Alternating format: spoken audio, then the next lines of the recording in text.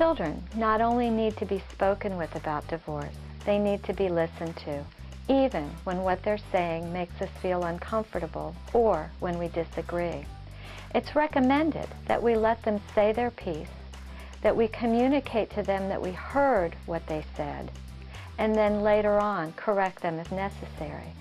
For example, in a fit of anger, your teenager may say something to the effect of, "You've made me miserable all these years with your arguments and fighting. You should have gotten a divorce years ago. Maybe you never should have been married."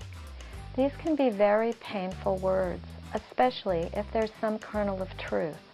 However, an appropriate response may be, "I know that our disagreements have been tough on you. It's been difficult for all of us.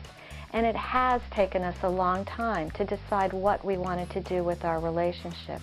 We were afraid to make mistakes that would hurt everybody.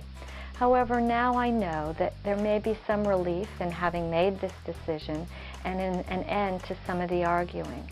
So even though we're all sad, I hope that you'll recognize that it's okay to have mixed feelings." Younger children may respond briefly with one-word responses. We've all had the experience of saying, "How was school today?" "Fine." "What'd you do?" "Nothing." When asked about divorce, they may say, "I'm doing fine." And asked, "Do you have any questions?" And they say, "Nah." The best way to get children to open up, and adolescents too, is to hang out with them and do the things that they like to do. When children feel in control of a situation, they're more likely to share their thoughts and feelings with you. So, going to the park, riding bicycles, listening to music, teaching your teenager to drive, any activity in which they feel a sense of mastery and control sets the stage for them to open up.